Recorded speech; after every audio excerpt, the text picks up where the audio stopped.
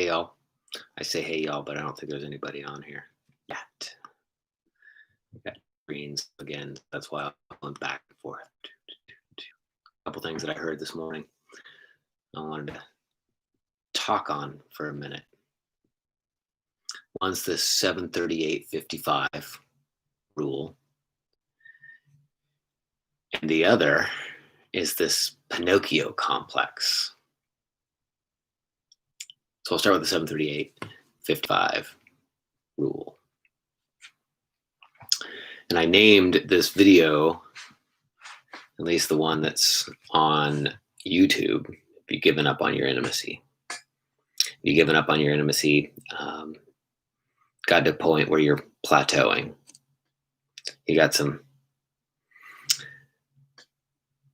You've reached a ceiling maybe.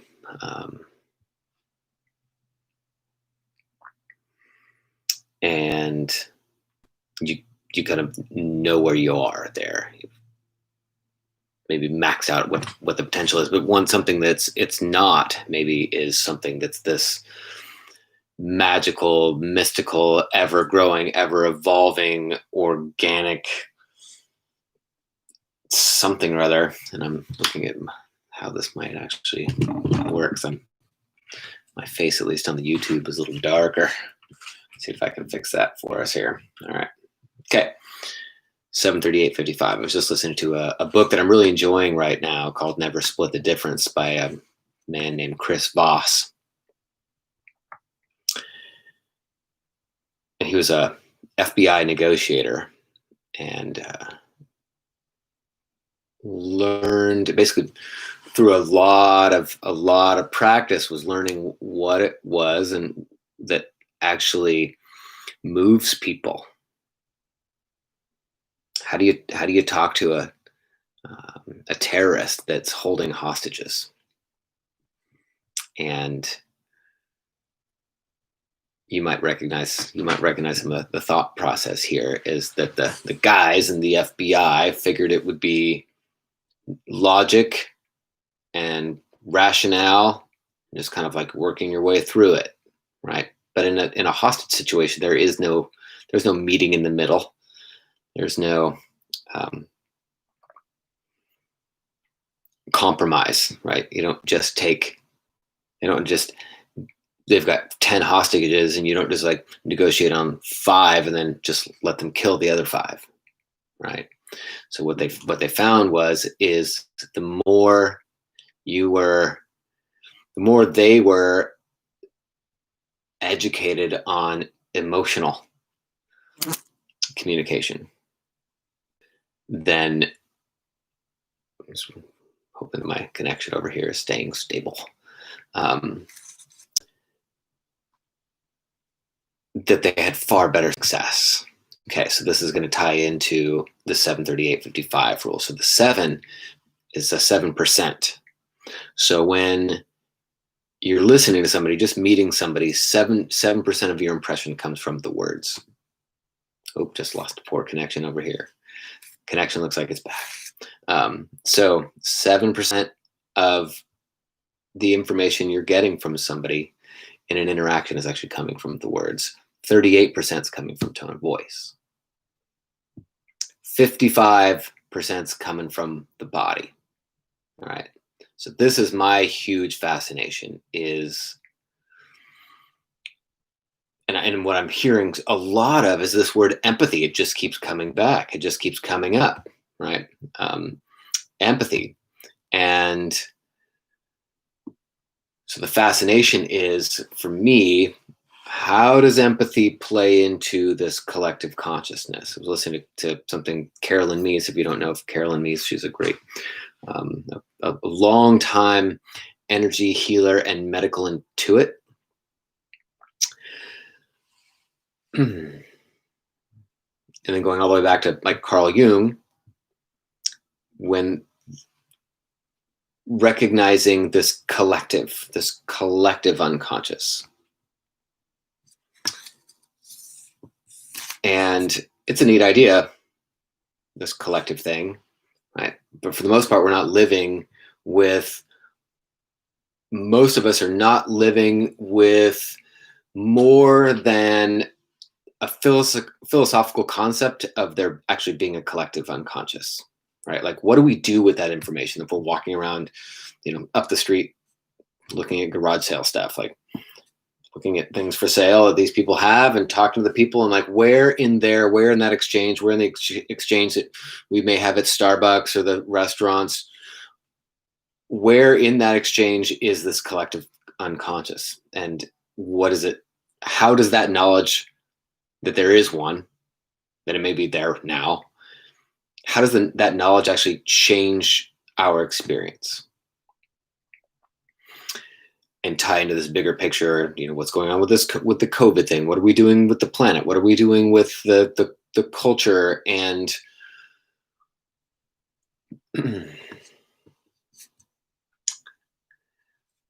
so I want to tie that back in with the 738-55 rule and drop in a little bit deeper. I'm going to tell you a story, and I may have told this story before, but I don't remember.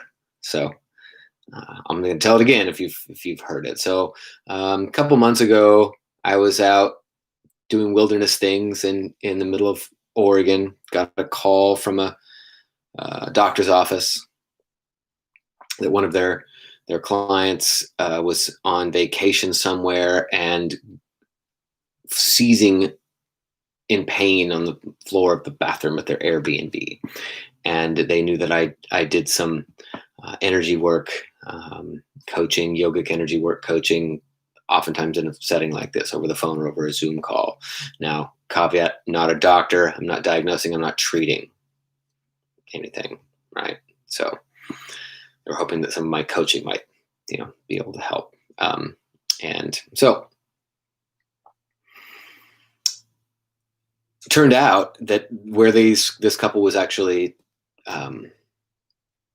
camping, or their Airbnb, was about a half an hour, 40-minute drive from where it was that I was camping. So I said, well, you guys can just come on over this direction, and we can see each other in person, so that I could actually take advantage of the 738-55 rule, where they can actually see my body and I can see their body transmitted through space from body to body.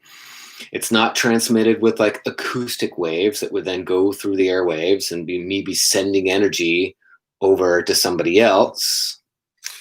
I like this little wave button here. That's not what it is. That's not what energy work is. You're not actually sending energy from one person to somebody else, which is really the only option that you have, the only explanation or only narrative that you have. If we are all separate individuals that are separated by a certain amount of space, right? Then I'm a separate individual over here, and I have to throw energy your way, and then you're responsible for figuring out how do I find energy in me and like aim it your way. It's not what happens. Let's just chuck that story, because if you follow that story, it gets you exhausted and it's a dead end street really quickly. So enter collective conscious and collective unconscious. Enter the collective. Oop. Oh man. Hopefully this will come back on here. Got one of these calls, and now my YouTube is off. I'm gonna look and see if I can find if we're still on. Oh, yep, we're still on. Okay, I think we're still on. Anyway, all right. So enter the collective. Okay. So empath and collective, and the empath is somehow you have access to some information that's giving you access to the same experience as somebody else. That's different than you hearing a story and then putting the story together and then feeling sympathy for a story, or thinking that you understand it, you get it, and then you have sympathy for somebody else's experience, but you don't really know what their experience is. This energetic empath experience is actually, is there a fan in the no, there's actually really cool. Oh, maybe it's that this thing is, oh, maybe there is a fan. Maybe it's on my computer. How about if I put it over here? Thank you for telling me that. I may just hold it like this. Is that any better? Thanks for letting me know. So The difference between like the sympathy where, okay, awesome, thank you. The the empath experience really is, if we entertain the idea, right, suspend disbelief, and many of you may not need to suspend disbelief, you may just actually have that empathic experience, and you have just the you really know that you've actually merged with somebody else and you had that experience. And the reason why I'm spending some time talking about it now is because even most of the other providers that do energy work, in my experience, after dialoguing with them, still don't fully recognize that solo entity and be in the empathic room, if you will, so that at the same time that I may be aware of this energetic exchange, and seem to be taking my time and putting some of this visual, and it's really helpful to have a visual. And so I have lots and lots and lots of hours of Zoom calls, and we're just doing the editing, and so it'll be a lot easier to see. So shy of that, we're just talking it through. Okay, so, and you may have recognized this in either maybe your own energetic exchange with another healer, or your intimate connection with a lover of yours, where something happened and then all time and space disappears, dissolves, and you recognize that the two of you are, and primarily it's a body thing, right? And that you're also awake to the awe of this shared connection. When I was in practice, I was a chiropractor years ago. This one concept where there was an empathic connection where two bodies would actually merge seemed to be at the root of much of the pathology that I would see. So, and what do I mean? What do I mean there? That when we are living in the world where this collective unconscious is only a concept, but not an actual real lived experience where you feel the depth of connection with somebody else. And it doesn't have to be, intimate. It doesn't necessarily have to be with a healer. It can just be with family, kids, parents, cousins. Like there's that there's a real actual experience here, but that's also part of the divine feminine, which has been suppressed for a long, long time, right? And so not only is it suppressed, that it's so suppressed that we don't even really have words for it. And if we don't have words for it or language for it, we don't grow up hearing about it and knowing of it. And if it's such a critical component to what makes us thrive, the experience, the feeling experience of being connected to those that we love. And also gives really good, helps us discern when we're experiencing something that's not even ours, right? And even oftentimes just that discernment that you're feeling something that's not even yours removes all suffering. Like you may feel pain, you may feel the pain and recognize like, that's just moving through me and I don't have to do anything about it. So back to the story, the couple where the wife was just in gripping pain. They came out to see me, and what I wanted to do was to be curious about how much of this pain that she was in had to do with her own disconnection from the empathic experience, the actual collective, from the collective, her ability to actually meet her husband and meet others as one. and you can look up a fun description of this, is Ken Wilber, and I've talked about him before. Ken Wilber has a 4-quadrant model, and that reality cannot be further reduced than these 4 quadrants. And 2 of the quadrants have to do with me or you being a separate individual. And you're a separate individual, and you have your internal subjective feelings, right, that nobody else gets access to. So that's 1 quadrant. Next to that is you're still a separate individual, but you have like these objective things that can be measured. Like you can see that I have white hair on my face and like red hair here and a little bit of hair here and 2 ears, right? That's the objective things that other people can see, measure, and tell about you. So those are the outer expressions of you individual, where there's 2 more quadrants. The part of you that is part of a community that's happening means this energetic, empathic connection to the collective. That's not you still being separate and hearing what's happening with others. Is actually merging with this collective, unconscious until it becomes collectively conscious. And that's what's super fascinating to me, is how, and then Carl Jung, a long time ago, says until you make the unconscious conscious, it will rule your world, and you'll call it fate. He may have used slightly different words there, but that was the idea. That was his observation. Until you actually make what's subconscious, that's running your life in the background, until you make that conscious, it's going to continue to run your life, and you're going to call it fate.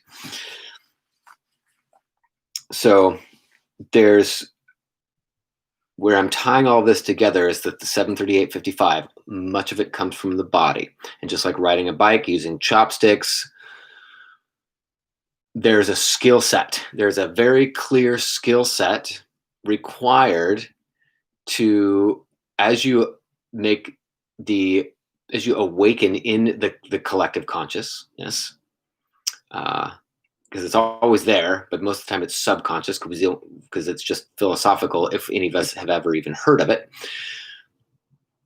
As we become awake to it, and how do we do that? Well, there's some specific, and it's one of the most fun things that I ever do is actually get together with, say, for instance, this couple I've been telling you about. I set up the experience where the experience that you set up, and it can be like similar to like a psychedelic experience, for any of you who have done any of the psychedelic traveling, that it makes what's subconscious conscious or obvious. It basically just displays it in front of you.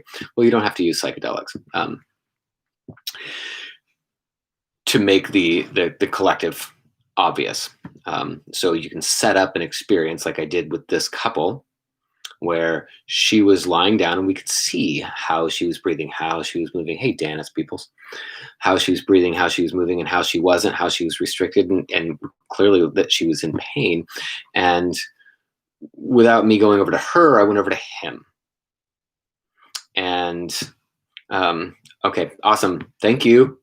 Went over to him, and I was looking at how it was that he was holding his body. And for many of us, many of us, like we guys, and but it can be many of us, and it's not fair to say we guys, but the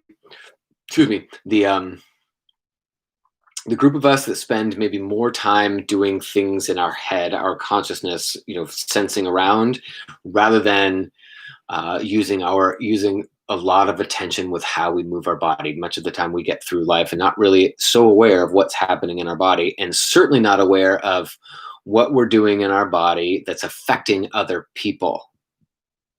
And we don't really think we have to, because if we're all separate individuals, I can do really whatever I want to in my body, or you can do whatever you want to in your body, and it's just going to hurt you. It's not going to affect anybody else until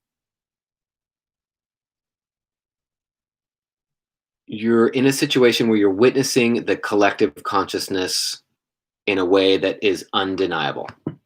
And that's the fun part. So that's what I set up with this couple. I could see where his posture was and what he was doing with his body, and we could watch her response. She's lying face down on table.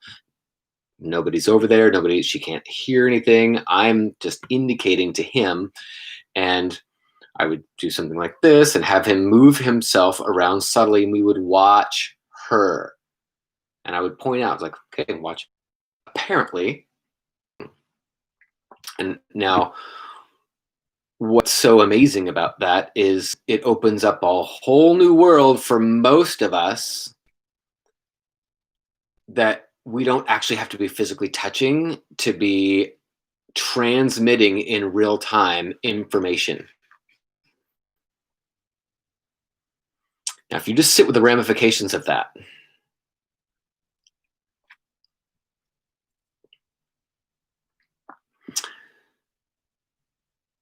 the opportunity is to see that you are actually affecting people around you when they can't see you or hear you. They don't even know what you're doing. Okay. So some people are like, I don't want to be that responsible for other people, and I don't want to be that sensitive to what other people are introducing to the conscious, the collective conscious. But sorry, that's really the way it is. Like that, there's the collective, right? We can see what's happening on the planet right now, which a lot has to do with the collective. And there's a skill set that you can develop in your own physiology, especially with the help of others that are awake and knowledgeable about how your body receives and transmits energy and information from this collective field, not necessarily from each other, but from the collective field. All right. So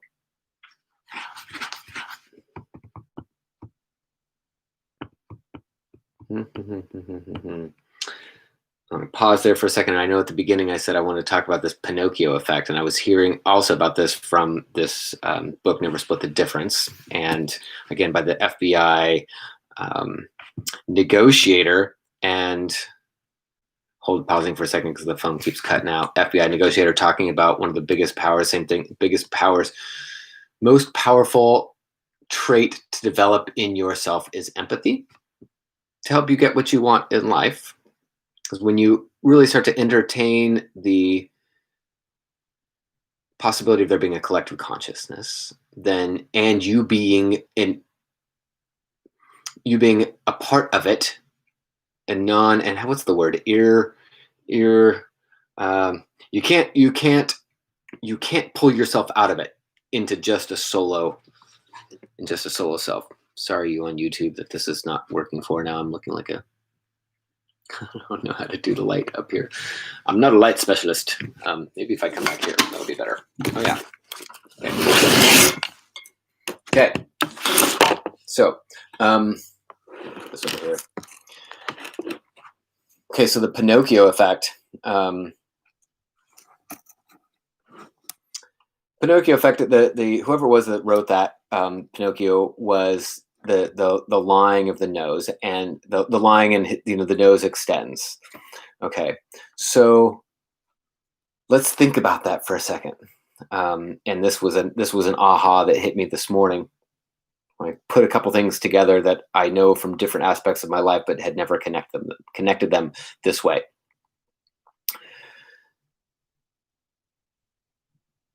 When you're going to lie, 55% of like the bulk of the truth, the bulk of truth comes from your body, right? And your body doesn't lie. It just tells the truth, right? But you may be, or somebody else may be in a situation where they don't feel safe. They don't want to, they feel like if they told the truth from the body, they would be taken advantage of. They would be put in some kind of danger, or it doesn't get them where they want to go in life. And so they feel like the best option for them is to actually fabricate a story and transmit that story through little mouth sounds. In other words, words. We recognize that we're not very believable when 7% of the lie, 7% of the information is coming from your mouth is a lie, and it's not congruent, it's not in agreement with 55% that's coming from here. Okay. So what is the best way that your subconscious has developed to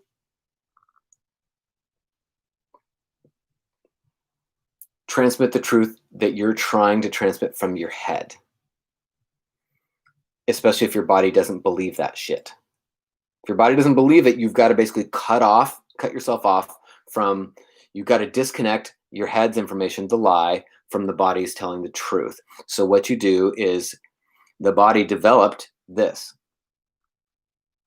Got it? This. So the body actually takes the upper cervical, which is neck, bones, and they translate them forward. And it disconnects from the gut intelligence, from the heart intelligence. So that this way your head can get away with lying without being completely interrupted by the rest of the body going, what are you doing? You're not telling the truth. And so what happens? We go like this, and it's subtle, right? But it may be a half inch. The nose grows. Fascinating, right? So I'm not saying go out there and look for people that are walking around like this, because there are many, many people that are in touch with their own truth, who are walking around with shoulders and neck, and walking around with the weight of the world on their shoulders, and their nose is forward, and it doesn't mean they're lying, right? But it also means that oftentimes they are disconnected from the depth of their truth and the ability to be in an awake state and flow and feel the truth of who they are and who you are, and the truth that's actually happening in the collective right now. And this is what is needed. This is what is needed, in my opinion, on the planet right now. Is, yes, the leaders that are agreeing that empathy is needed. And what I haven't heard from these leaders is, what's the skill set? How do you do it? How do you do it in a way that allows your truth to be transmitted in real time, pre-verbally,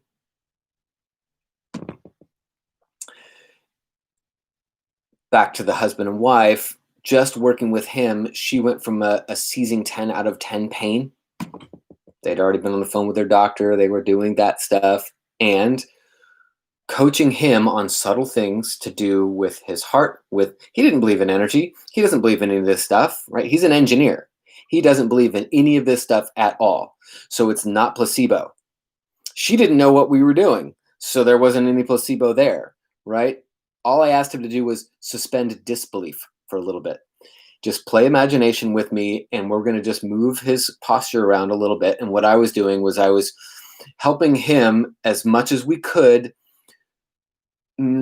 structurally remove the blocks between the chakras, so that the information, so he basically could produce an experience of safety in his own body that then was shared in the collective, that she knew his transmission, his signal. And she settled right down. She, half an hour later, got up off the table, walked, and she was below a 3 out of 10. Below a 3 out of 10 pain. And she'd been in pain for hours. Wasn't able to go to the bathroom. They had a long drive home. What they needed to do after they were going to leave me is they were going to go to the store. He was going to go in and buy diapers because she couldn't get out of the car to go pee. So what we did was actually open up the world for them of how much connection really is there. And so we started to tell a new story about, hey, you Karen, we started to tell a new story about what's actually happening in the world. And when they have a new story, like he actually saw that for some reason he couldn't understand, his brilliant physics engineering mind couldn't understand why it was that he could do this, and she would go from 10 out of 10 pain down to below a 3. He couldn't understand it. And for him, what I was hoping was that he wouldn't require himself to understand it in order to take advantage of the fact that he was observing that there was something he could do with his own posture and his own attention that was actually making a huge difference in his loved ones. So that's my rant for the day about Pinocchio and the 738-55 rule. Okay, more to come.